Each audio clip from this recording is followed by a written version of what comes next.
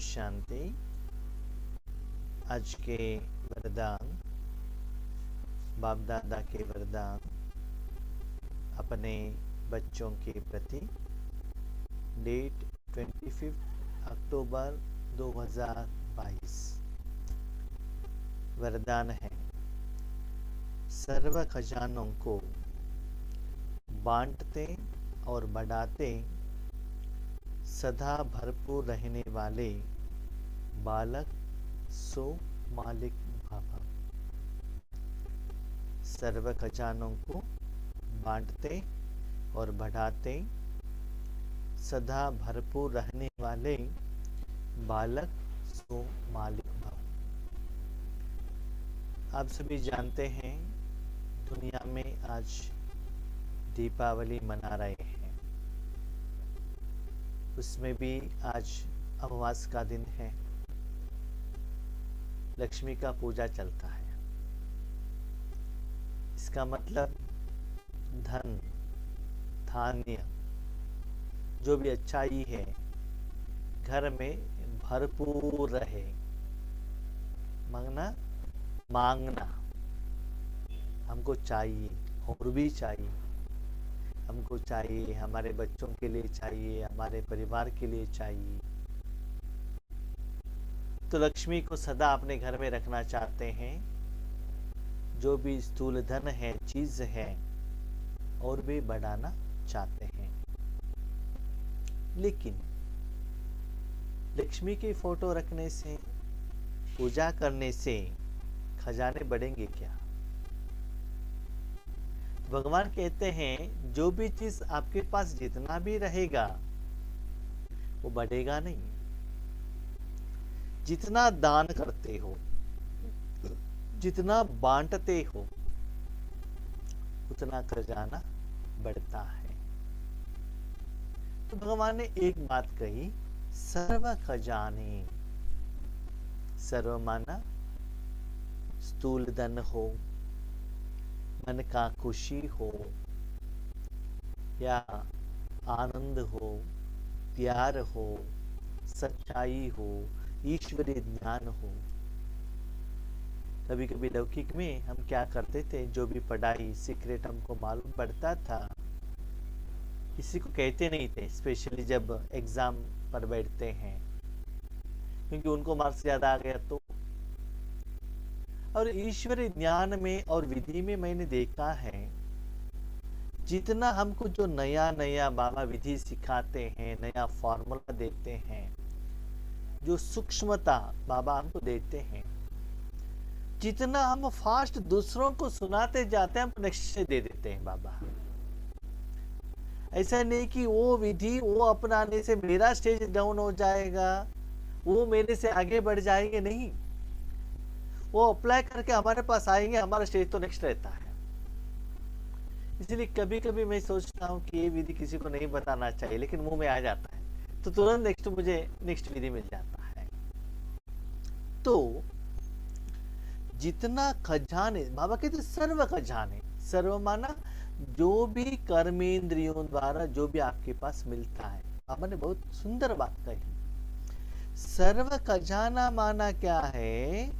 जो भगवान के पास है। भगवान के पास जो ज्ञान धन है, शक्तियों का धन है, गुणों का धन है, आनंद का जो धन है, जो सप्त गुण है बाबा के पास, उसको आपको कमाने का जरूरत नहीं है, क्योंकि आप बालक हो और भगवान उसका पिता है, मालिक है। पहले हमको क्या करना पड़ता था? जो भी खजाने को बांटना है तो खुद कमाई करना पड़ता था, जॉब करना पड़ता था, बिजनेस करना पड़ता था। उसके बाद पुरुषार्थ साधना के बाद जो कमाई होता है, साधन होता है, वो बांटने पड़ता था। लेकिन आज भगवान कह रहे हैं, क्या कह रहे हैं? जो आपके पिता के पास ऑलरेडी है, उसको देने के लिए निमित्त बनो। जितना देते ही जाते हो, चाहे तपस्या का बल हो, युग का बल हो, धारणा के बात हो, सेवा हो, शक्ति हो, जो भी हो, याद रखना स्थूल कमाई नहीं, लेकिन स्थूल कमाई जितना भी देते जाते उतना कम होता ही जाता है। क्या देना चाहिए? भगवान के पास जो जायदाद है, बालक होकर और भगवान के ऊपर मालिक होकर, उस चीज के ऊपर मालिक होकर, जब चाहो जितना चाहो, जिनको जितना चाहिए आप दे सकते हो, उतना बांटते जाएंगे, उतना आप में वो खजाना भरपूर होता जाएगा। बाप ने सभी बच्चों को एक जैसा खजाना देकर बालक सो मालिक बना दिया है। बाबा सभी को ज्ञान एक ही जैसा देता है, भले लैंग्वेज अलग अलग हो, लेकिन ज्ञान तो एक ही है ना। हर दिन सभी बच्चों को एक ही जैसे मुरली जाकर पहुंच जाता है, लेकिन अनुभव में, भगवान को यूज करने में, भाग्य बनाने में और सच्चा संगम युग का सुख का अनुभव करने में अंतर क्यों? बहुत सारे आत्मा ज्ञान तो लेते हैं, सुन लेते हैं, लोगों को सुना देते हैं, लेकिन उस ज्ञान को कमाई में, योग में, दान में, बांटने में, स्वरूप बनने में कन्वर्शन ही करते हैं। इसीलिए वो धन बढ़ता नहीं है। आपके पास MBBS नॉलेज है, सर्टिफिकेट है, क्या करें? आप प्रैक्टिस ही नहीं कर रहे हो, पेशेंट को देख नहीं रहे हो, और भी पढ़ाई कर रहे हो, तो क्या होता है? ज्ञान तो आपके पास इकट्ठा होगा, लेकिन आप कितना ज्ञानी हो लोगों को कैसे पता चलेगा? जो ज्ञान आपके पास है वो दुनिया में यूज करो ना, यूटिलाइज करो ना, उसका फल लोगों को मिले ना। उसका फल कमाई के रूप में, नाम मान शान के रूप में, खुशी के रूप में, आनंद के रूप में, स्थूल धन के रूप में, चीजों के रूप में मिले, उससे आप खुशी का अनुभव हो। इसलिए बाबा कहते हैं जितना भी बाबा ने खजाना दिया है सभी को एक जैसे दिया है। खजाना सबको एक जैसा मिला है, लेकिन यदि कोई भरपूर नहीं है, भरपूर नहीं है माना ईश्वरी ज्ञान सुनने के बाद भी, इतना ज्ञान होने के बाद भी, इतना समय ईश्वरी ज्ञान प्रैक्टिस करने के बाद भी जिंदगी में, दिन में टेंशन है, समस्या है, चिंता है, विघ्न है, परिस्थितियां हैं। इसका मतलब जैसे कि आपने देखा होगा दुनिया में भी बहुत सारे लोगों के पास बहुत ज्ञान रहता है, लेकिन और भी लोन में रहते हैं, और भी टेंशन में रहते हैं। क्यों? जो ज्ञान है कैसे यूज करना है मालूम नहीं है। दूसरी बात, कोई आत्माओं को हमने देखा है हर रोज हजारों कमाते हैं, लाखों कमाते हैं, लेकिन खर्चा भी वैसा ही कर लेते हैं। अच्छाई के लिए नहीं, बुराई के लिए। जो जिनके पास जितना धन है, कोई बैड हैबिट्स रहता है, उसके कारण वो खाली कर लेता है।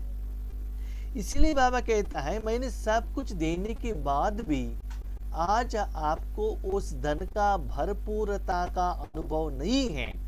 इसका दो कारण है। एक है कि खजाने को संभालना व बढ़ाना नहीं आता है। जो ऑलरेडी आपके पास खजाना है उसको संभालना नहीं आता है। उसको कैसे संभाले, किसके लिए प्रोटेक्शन न करें, कहाँ इन्वेस्टमेंट करें। कभी कभी लौकिक लोग भी क्या करते हैं ना, कोई बैंक वाले, फाइनेंस वाले कहते हैं आप पैसे डालो 10 साल में डबल हो जाएगा, तो क्या करते हैं, लोभ हो जाता है ना, पैसे डाल देते हैं। 10 साल के डबल को बात तो छोड़ो, 7-8 साल में वो आपका ओरिजिनल पैसा ही लेकर चला जाएगा। क्यों? उन्होंने आपको वो इच्छा दिखाई ना, तो उसके जो माया के पंजे में आप अंदर आ गए। इसलिए उस खजाने को किससे संभालना ये भी हम नहीं जानते हैं। दूसरा है बढ़ाना। हमने देखा है, भले ज्ञान का बात हो, भले योग का बात हो, जितना हम ज्ञान देते जाते हैं ना उतना ज्ञान बढ़ता है। लेकिन याद रखिएगा, ज्ञान कब बढ़ेगा? जो भगवान का ज्ञान आपने सुना है उस ज्ञान को अपने जिंदगी में काम में लेकर आओ। तोता नहीं बनना है, पंडित नहीं बनना है, स्वरूप बन जाओ, अनुभवी बनो, ज्ञान रत्नों में उसको कन्वर्शन करो, उसके बाद लोगों को दो। अभी समझ लो, आपके परिवार में आप एक डॉक्टर हो, आपके लिए बहुत सारे लोगों ने त्याग किया है, आपके परिवार वाले में बहुत गरीब लोग हैं, तो वो लोग आपसे क्या एक्सपेक्ट करते हैं? आप उनके सामने आके डॉक्टर का नॉलेज आकर भाषण करेंगे तो लोग एक्सेप्ट नहीं करते हैं। लोगों को क्या चाहिए?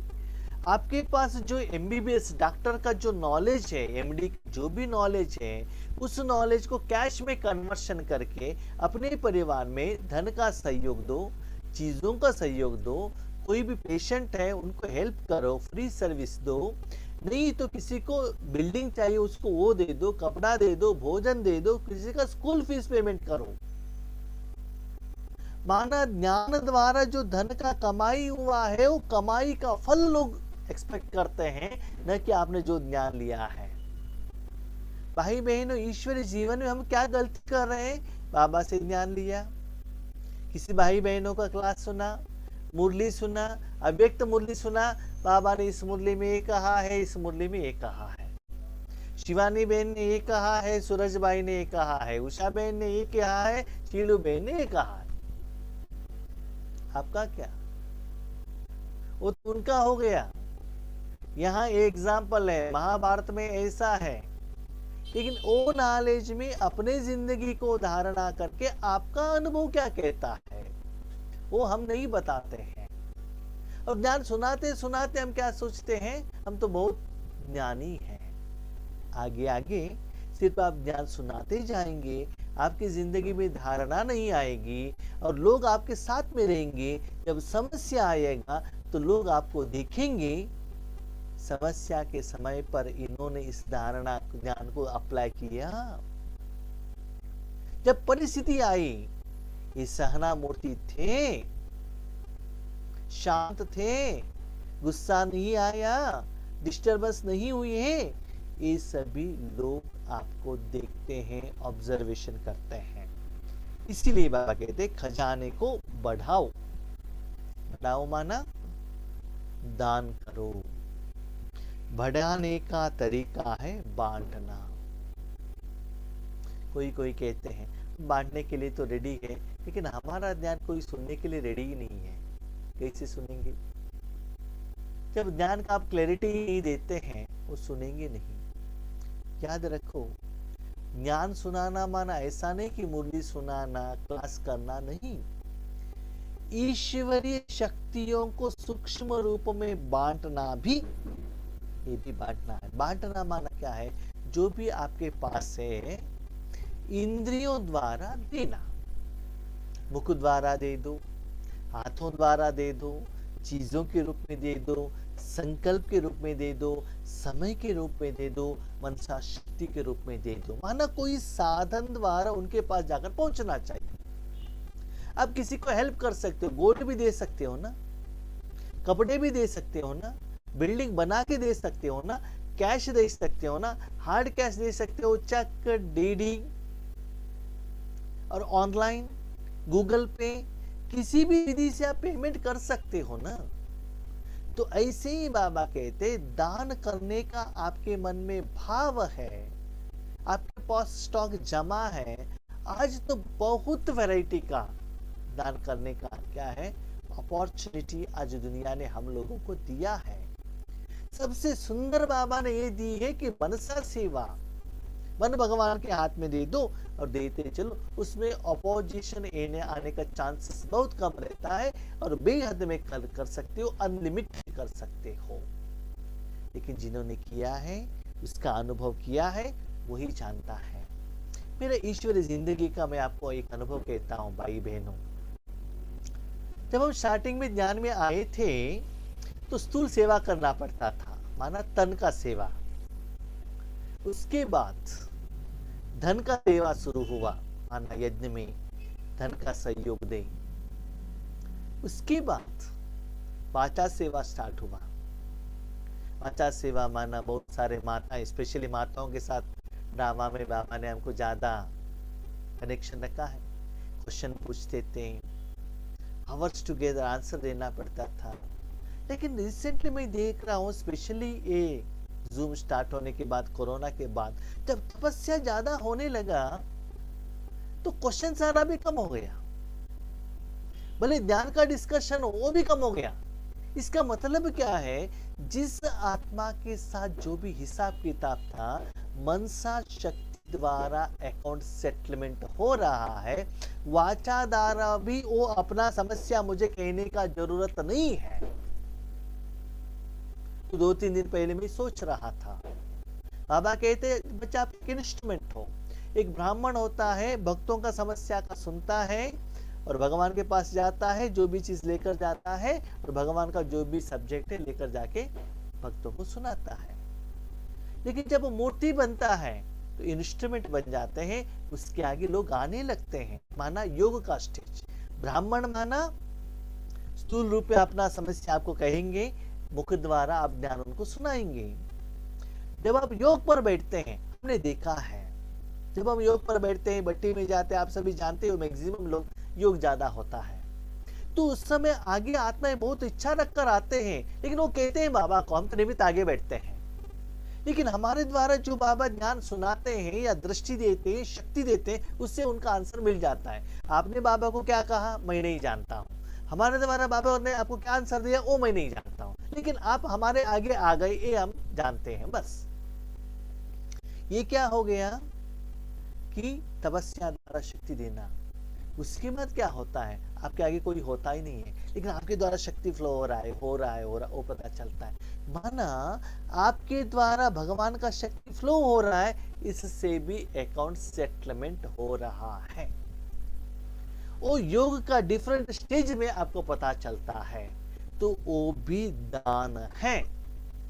याद रखिएगा, इस दान के विधि से आगे वाले क्वेश्चन पूछे, उसके लिए आप ज्यादा विचार सागर मंथन करें, उनके लिए एग्जाम्पल कहें, कहानी को कहें, उसका भी जरूरत नहीं रहता है, वो भी कम हो जाता है। ये मेरा अनुभव है।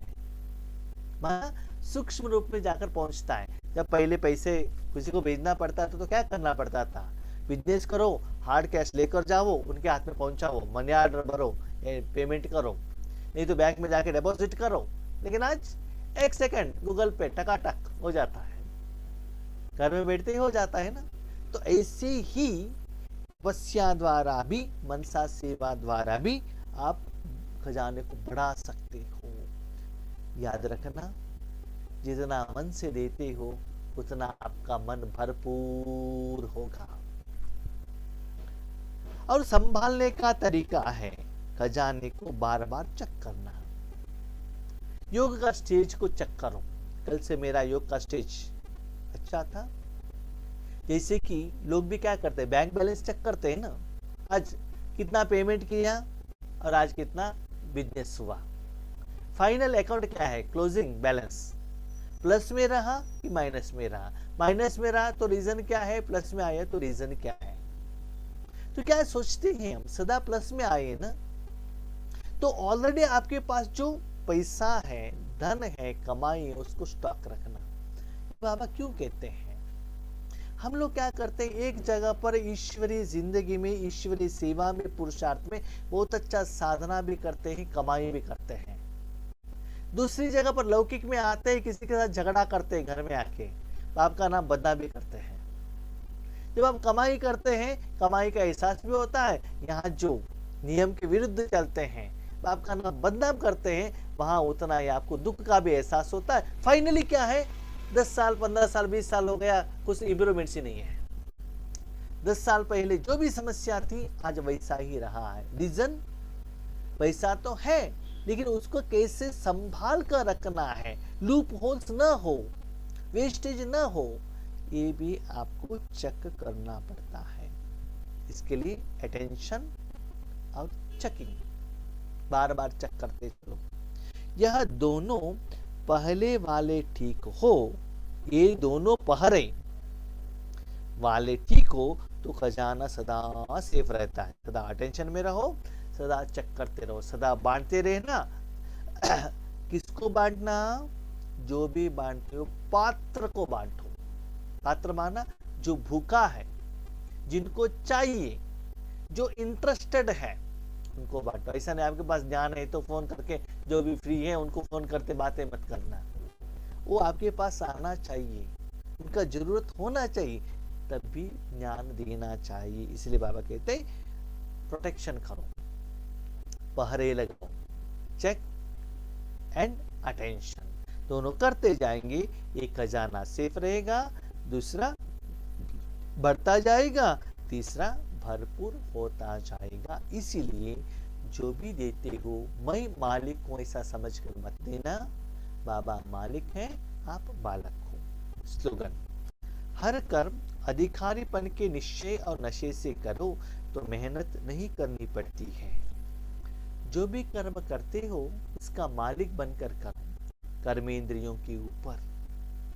और एक निश्चय रहे कि विजय मेरा जन्म सिद्ध अधिकार है, भगवान मेरा साथ है, यथार्थ विधि से मैं कर रहा हूं, शुभ भावना शुभ कामना से कर रहा हूं, और नशे से कर रहा हूं। नशा क्या है? सच्चा रास्ते पर मैं जा रहा हूं।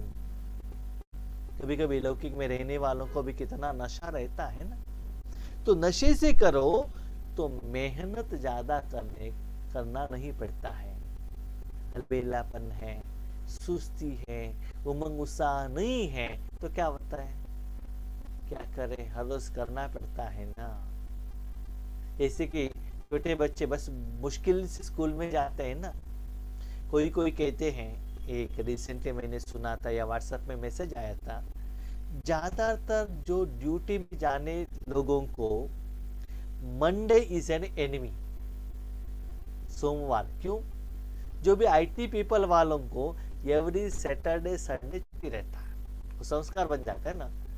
और मंडे जाना है तो उनके लिए क्या होगा? मुश्किल हो जाएगा। फ्राइडे आए तो बहुत खुशी होगा, क्यों? Free weekend party, enjoy, freedom मिल जाएगा ना।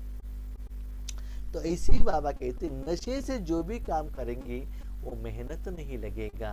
वैसे ईश्वरीय कार्य अधिकार से, मेरा जन्म सिद्ध अधिकार या मेरा बाप का काम है। जैसे कि देखो लौकिक का काम कितना प्यार से करते हो, मेरा जिम्मेदारी है, मैं पिता हूँ, मुझे ही करना है, मैं माता हूँ, घर के लोगों को संभालना मेरा काम है।